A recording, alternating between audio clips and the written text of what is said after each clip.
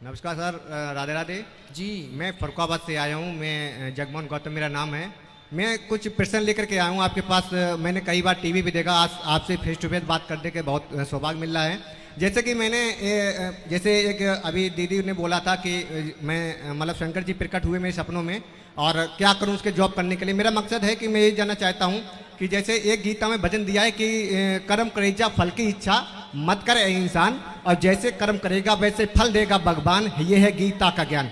तो मैं ये जानना चाहता हूँ जैसे कि मैं पढ़ाई कर रहा हूँ, अगर मुझे पढ़ाई का महत्व मालूम है कि मैं पढ़ाई करके बीएड करूँगा तो मैं टीचर बनूंगा, ठीक है। और अगर मुझे यही नहीं मालूम कि बीएड करके मैं क्या बनूंगा, मैं पढ़ाई करता चला हूँ, करता चला, उससे कुछ फायदा है ना? कुछ नहीं है ना। तो मेरा जानने मतलब ये है कि अगर किसी चीज़ के नॉलेज है तो उस पर आगे किया जाए, अंतर ना किया जाए। जैसा कि मैं एक एग्जाम्पल देना चाहता हूँ कि जैसे एक तालाब है सर, थोड़ा गुरुजी, जैसे एक तालाब है और तालाब के उस पार कोई महात्मा, जैसे आप बैठे हैं, थोड़ा माइक दूर कर लीजिए आप। जैसे एक तालाब है तो तालाब के उस पार जैसे आप बैठे हैं और इस पार मैं बैठा हूँ, तो मैं ये सोचूं कि मैं जितना पूजा पाठ करने पर मैं कहूँ कि वो तालाब का छोर इधर उधर आ जाए, तो क्या मैं कर्म कांड करने के बाद वो छोर इधर आ जाएगा? नहीं, कभी नहीं आएगा।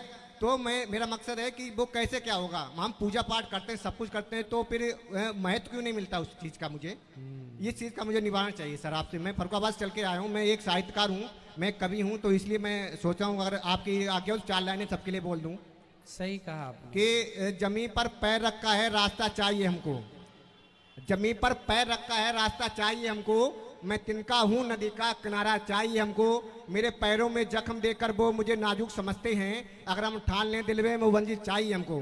अगर मुझे कर्तव्य अपने निर्वाण है तो मैं अपने स्वयं कर लूंगा, तो फिर पूजा पाठ से क्या महत्व तो सर इसका? सही है, सही है। बहुत अच्छा सवाल है आपका, साइंटिफिक सवाल है। माइक दिए रहो बेटा इनको, अभी प्रश्न हो जाता है तो उत्तर भी होने दो। ठीक है, आपका सवाल बहुत अच्छा। जी, बताइए इसके सर। लिए मैं आपको धन्यवाद देता हूं कि जी आपने सर, जी सवाल सर। बहुत अच्छा पूछा है। देखो, हाँ यहाँ देखो, यहाँ रिकॉर्डिंग जी, चल रही है, जी, आप जी, जी। चिंता ना करो। जी सुनो, जी, बताइए सर। बिल्कुल। बात ऐसी है कि धर्म का ज्ञान होना चाहिए। जी। गीता में लिखा है कर्मण्येवाधिकारस्ते माँ फलेषु बिल्कुल बिल्कुल कदाचन। बिल्कुल। तू जी सर। कर्म कर, फल की इच्छा मत कर। गीता में ये लिखा है, जी जी जी। कर्म कर फल की इच्छा मत कर। क्यों? क्योंकि फल आपके हाथ में नहीं है। जी सर। जैसे किसान खेत में बीज बो सकता है, बिल्कुल। पानी और खाद डाल सकता है, जी जी। कितनी फसल आएगी ये किसान के हाथ में नहीं है, कितने कुंटल होगा। वो अच्छा कर्म करे पर फसल कितनी आएगी ये तो ईश्वर जानते हैं ना। हम अच्छे कर्म करें। आप एग्जाम देने जाते हैं, बिल्कुल सही जाते हैं। मन लगा के आप करें अपना काम, कर्म करें, अच्छे हर प्रश्न का उत्तर लिखें। अब हर प्रश्न का उत्तर करेंगे, अच्छा करेंगे, तो स्वाभाविक है कर्म अच्छा होगा तो नंबर भी अच्छे होंगे, फल भी अच्छा होगा।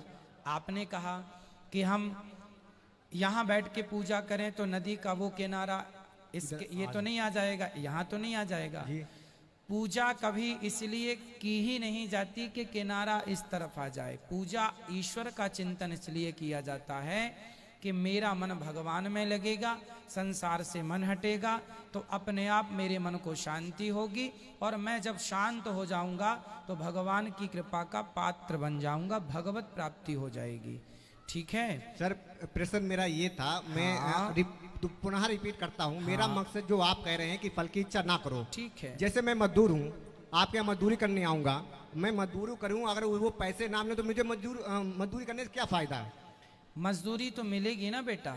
तो वही तो बात है ना। हाँ, तो वही मैं जानना चाह रहा हूँ कि आप कह रहे हैं कि कर्म मजदूरी करेगा फल की मिलेगी। इच्छा मत करो, तो हाँ। क्यों ना करूँ सर? मैं जब उस चीज को कर रहे थे, मैंने अभी तक कहीं भी गया नहीं, सीधे आपकी शरण में आया हूँ। हाँ, हाँ, मैंने ठीक है। टेट यूपी टेट दोनों क्लियर कर लिए, चलिए, बीएड भी कर आप लिए। कह रहे हैं कि मैं फल की इच्छा करूं या जी। करना चाहिए। हाँ। ठीक है, कुछ एग्जाम्पल ऐसे हैं जहां आप तय कर लेते हैं। जैसे आप मजदूरी का उदाहरण दिए, अच्छा जी, दिए जी। कि भाई मैं पहले फिक्स कर लेता हूं कि मुझे 500 आप दोगे तो काम करूंगा, या 1000 दोगे तो काम हाँ, करूंगा। ठीक ठीक।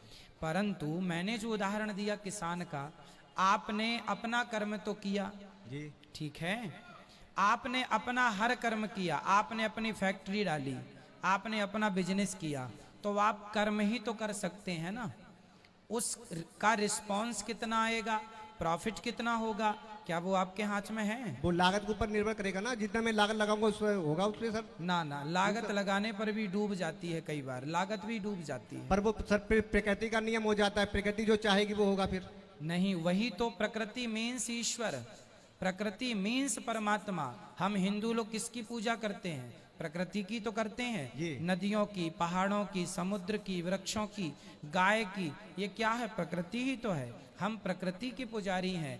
आप इस चीज को गहराई से कभी विचार करो कि हम कर्म कर सकते हैं, हम अच्छी दुल्हन ला सकते हैं, अच्छी हो, बहुत अच्छी हो, संस्कारी हो, पर हम दुल्हन तो अच्छी ला सकते हैं, पत्नी तो अच्छी ला सकते हैं लड़की देखकर, लेकिन उसका परिणाम क्या होगा? बाद में वो क्या रिस्पॉन्स देती है? लाठी मारती है कि आरती उतारती है?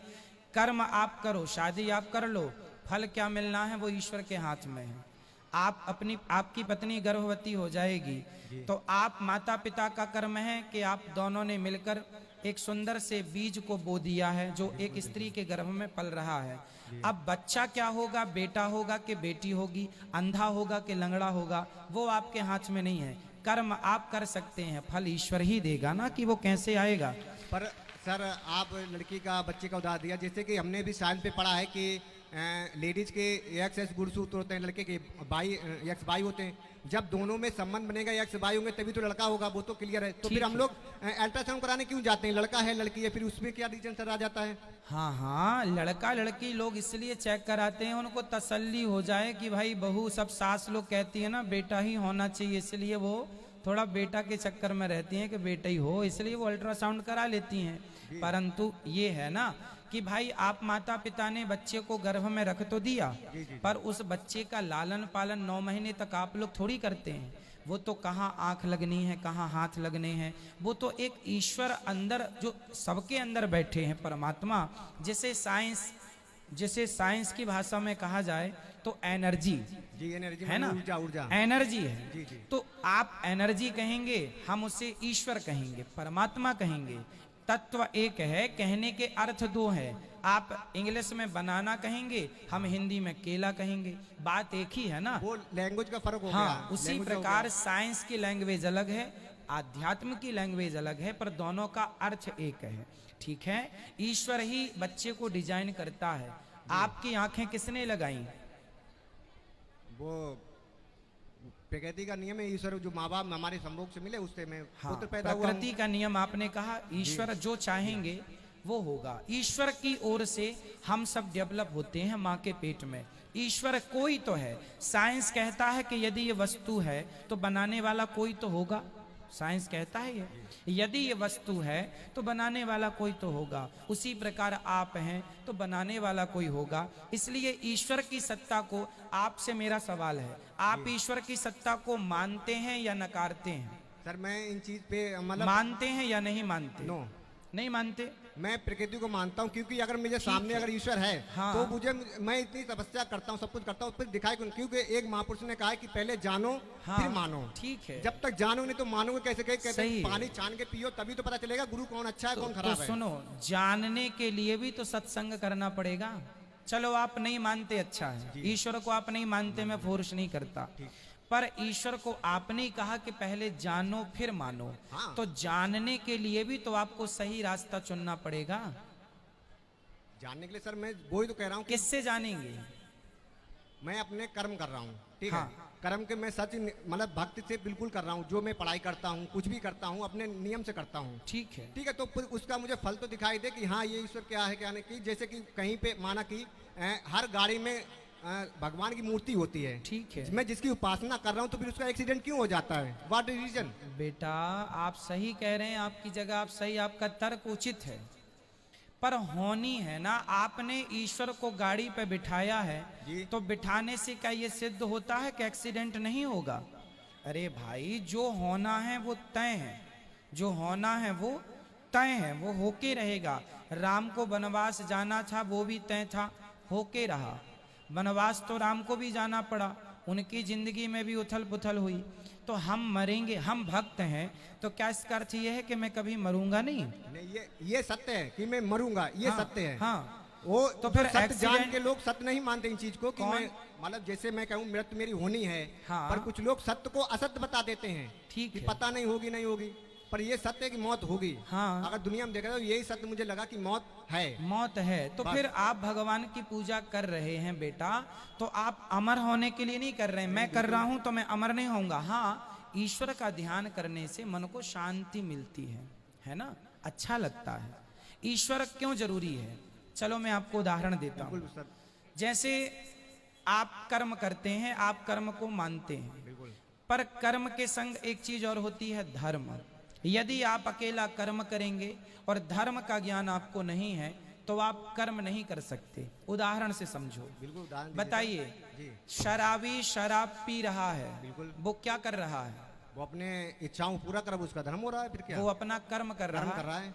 तो शराब पीने वाला भी अपना कर्म कर रहा है, दूध पीने वाला भी अपना कर्म कर रहा है, माँ बाप की कोई आरती उतारे तो वो भी कर्म कर रहा है, और कोई माँ बाप को लाठी से मार रहा है तो वो भी कर्म ही हो रहा है। क्योंकि आंखों की पलक झपकना भी एक कर्म है, उंगलियों का चलना भी एक कर्म है, आप मेरे से बात कर रहे हैं ये भी एक कर्म है, मैं आपसे बात कर रहा हूँ, कर्म, हर चीज कर्म है। जो हो रहा है वो क्या है? कर्म है। जब कर्म आप करेंगे तो कर्म को आपको धर्म की तराजू में तौलना पड़ता है। क्या है, आप लोग जब हम लोग रोटी बनाते हैं ना तो चलनी से पहले आटे को चालते हैं, तो अच्छा आटा अलग होता है, चोकर अलग हो जाता है। उसी प्रकार कर्म दो प्रकार के होते हैं। एक कर्म होता है करने योग्य, एक कर्म होता है ना करने योग्य। जैसे हम दूध तो पिए पर शराब ना पिए। कुछ कर्म त्याज्य होते हैं। कुछ कर्म क्या होते हैं? त्यागने पड़ते हैं। त्याज्य होते हैं। तो कौन सा कर्म त्याज्य है और कौन सा कर्म त्याज्य नहीं है, ये कौन बताएगा? यही बताने के लिए धर्म है। धर्म बताएगा कि ये कर्म करो, दूध पियो, शराब ना पियो, माँ बाप की आरती उतारो, माँ बाप का अपमान ना करो। तो कौन सा कर्म करना? कर्म तो सब है। आप कहेंगे मैं कर्म को मानता हूं, तो भैया कर्म सब है, पर धर्म ही बताएगा ना कि कौन सा कर्म करने योग्य है, कौन सा नहीं। इसलिए धर्म का ज्ञान, हम ये नहीं कहते ईश्वर को मानो, पर धर्म को मानना चाहिए। आपको अपनी माँ की सेवा करना चाहिए या नहीं? बिल्कुल चाहिए, माँ बाप की। हाँ, तो वही धर्म है। हम ये नहीं कहते कि आप मंदिरों में जाओ और मंदिरों में जाके मूर्ति की पूजा करो। हम कहते हैं अपनी माँ को खुश रखो, अपने आप भगवान आपसे खुश हो जाएंगे। आपको अलग से खुश करने की जरूरत नहीं है। बस सर यही मुझे उत्तर चाहिए था। बस आपने जो लास्ट में उत्तर दिया मुझे बहुत अच्छा लगा, क्योंकि मंदिर मस्जिद में जाने से पहले अपने माँ बाप को पूजो। क्योंकि मैंने आज सर मुझे एक लोग मिले थे, हकीकत जब मैं सवाल पूछने आया, एक के दोनों लड़के हैं, दोनों लगे हुए हैं सरकारी जॉब में, उनके पिता हैं गॉड हैं, मतलब वो जो मालगाड़ी नहीं होती है उसके गार्ड हैं। उनके बेटों ने दोनों को बाहर कर दिया, माँ बाप को बाहर कर दिया। अब वो वृंदावन घूमने आए। अब बताइए वो कौन सा धर्म निभा रहे हैं? वो पाप करने आ रहे हैं। पाप है करने ये। आ रहे हैं ना। सीता, तो अगर सीता। माँ बाप को अपने मानो तो माँ सबसे अच्छा, वही सबसे धर्म है। हाँ, अगर अच्छा, भटकने की जरूरत अब क्या मैं है? अभी ये बात हमारी पूरी नहीं हुई, अब हम इसको पूरा करेंगे। ये बताइए सर। ठीक है बेटा, बात ऐसी है कि आप अपने माँ बाप की सेवा करते हो ना? करते हैं। ठीक है। और माँ बाप की सेवा से बड़ा कोई पुण्य नहीं है, कोई पूजा नहीं है, ये याद है ना आपको? ये बिल्कुल सही है। अब इसके आगे चलते हैं। जी माता भगवान है, जी, पिता भी भगवान है, दोनों उसके द्वारा। गुरु कौन है? गुरु भी भगवान है। आपके बच्चे हैं, शादी होगी आपकी? नहीं, मैं तैयारी सुपरटेंडेंट कर रहा हूँ, टीचर की तैयारी कर रहा हूँ। चलिए, जब आपको कल के बच्चे होंगे कल, तो छोटे छोटे जो बच्चे होते हैं ना, वो बच्चे कौन हैं? वो भी भगवान हैं। ठीक है। आपके बगल में बूढ़ी मैया बैठी है, देखो वो कौन है? माता जी हैं। वो भी भगवान है। वो भी क्योंकि माँ तो है ना, माँ है मेरी। आपकी नहीं तो किसी की तो है। नहीं, हम सबको माँ ही मानते हाँ, जहाँ तक जो तो भी फिर वो मिलते हैं। भगवान हुई, फिर वो भगवान हुई ना। इसी प्रकार बेटा ऐसा है कि पहले माँ में भगवान को देखो, पिता में भगवान को देखो, फिर धीरे धीरे सब में ही भगवान को देखो, फिर पत्थरों में भी भगवान को देखो। यदि जड़ चेतन वस्तु में आपने ईश्वर को देख लिया, जिसने अपनी माँ के अंदर भगवान को देख लिया, जो इंसानों में भगवान को देख सकता है, वही पत्थर में भी भगवान को देख सकता है। जो इंसानों में भगवान को नहीं देख सकता, वो पत्थर में भी भगवान को नहीं देख सकता। बोलो आप। सवाल सर वहीं घूम के आ गया, फिर वहीं पे। नहीं नहीं नहीं, मैं घूम के जिस नहीं चीज आया। के लिए बाहर निकलना चाहता हूँ वहीं पे आप लाके रख सकते। मेरा नहीं, मकसद क्या यदि है? सुनो सुनो सुनो, यदि हम कह दें कि भगवान, बताइए भगवान सब जगह है या नहीं? वो उत्तर दो। प्रकृति का नियम है, वो हर बात में बसा हुआ फिर तो सब जगह है तो फिर सब पत्थर क्या सब जगह से अलग है? सर मेरा मकसद ये है कि मैं मानव बनना चाहता हूँ कि हर इंसान को बराबर देखूं, ना कि कास्ट रिलीजन में जाऊं बांट दूं, ये ऐसा नहीं करना चाहता हूं। मैं चाहता हूं कि सब मानव बराबर हैं, कोई किसी की नजर में कोई कहीं नहीं, सब मानव हैं, एक एक प्रकृति के नियम बनाए हुए संतान है, कोई किसी की नहीं। अच्छा, अगर हम सुनो। मंदिर मस्जिद में जाएंगे फिर माता पिता को कहाँ छोड़ के आएंगे सर? सुनो सुनो, आप सही कह रहे हैं, आप सब बराबर मानते हैं सबको। बिल्कुल सबको, हम मानव मानव बनना चाहता हूँ कि एक दूसरे को बांटना नहीं चाहता हूँ। नहीं, सुनो, आप सही कह रहे हैं, आपकी भावना को मैं प्रणाम करता हूँ। सब एक ही हैं, ये जितनी यहाँ माताएं बैठी हैं सब माँ हैं, सब बहन हैं, सब भाई हैं, सब। लेकिन फिर भी आप कहते हैं सबको मैं एक मानता हूँ। एक कभी मान ही नहीं सकते आप, कैसे? उदाहरण समझो ना। जी जी